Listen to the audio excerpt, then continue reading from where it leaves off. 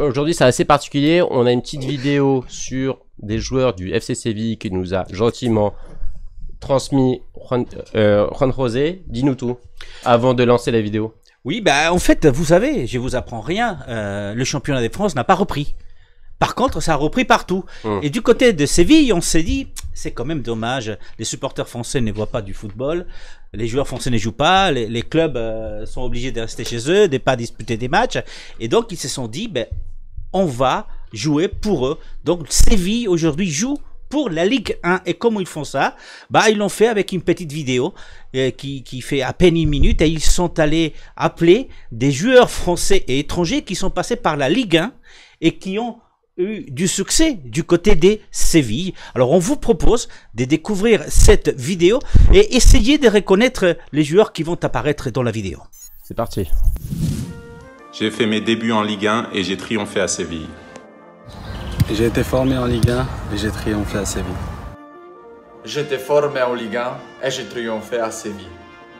J'étais formé en Ligue 1 et j'ai triomphé à Séville.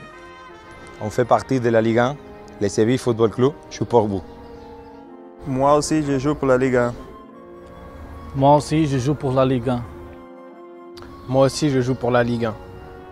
Nous ne sommes pas la Ligue 1, mais nous nous sentons par debout.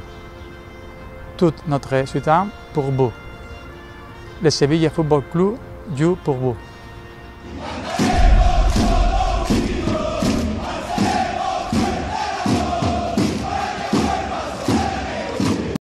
Et voilà. Bah, ça fait plaisir de voir tous ces petits anciens et actuellement Jorge Blancos. Alors vous avez reconnu Ben Yedder, Kanouté, qui est l'un des premiers Français qui est arrivé du côté de Kanouté, sacré joueur. Hein. Alors, donc il y a une petite histoire quand même avec Kanouté. Vous avez aussi reconnu Julien Escudé.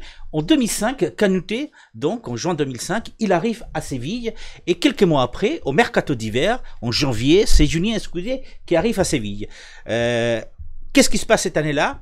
Bah, c'est la première Europa League qui est remportée par Séville. Depuis, on connaît tous l'histoire, mais ce qu'on connaît moins, c'est cette histoire d'amour entre Séville et la Ligue 1. Et pour exemple, j'ai fait juste un petit compte des Français qui sont passés par là. Est-ce que vous avez, bah, vous le savez bien évidemment, c'est Kanouté qui est passé par là. Esquilati, Condobia est passé par... pas mal. Voilà, Condobia qui est passé aussi par Séville. Gameiro, Tremoulinas, Adil Rami est passé par Séville avant de partir à Valence. Il n'a pas que joué aux cartes, en Italie.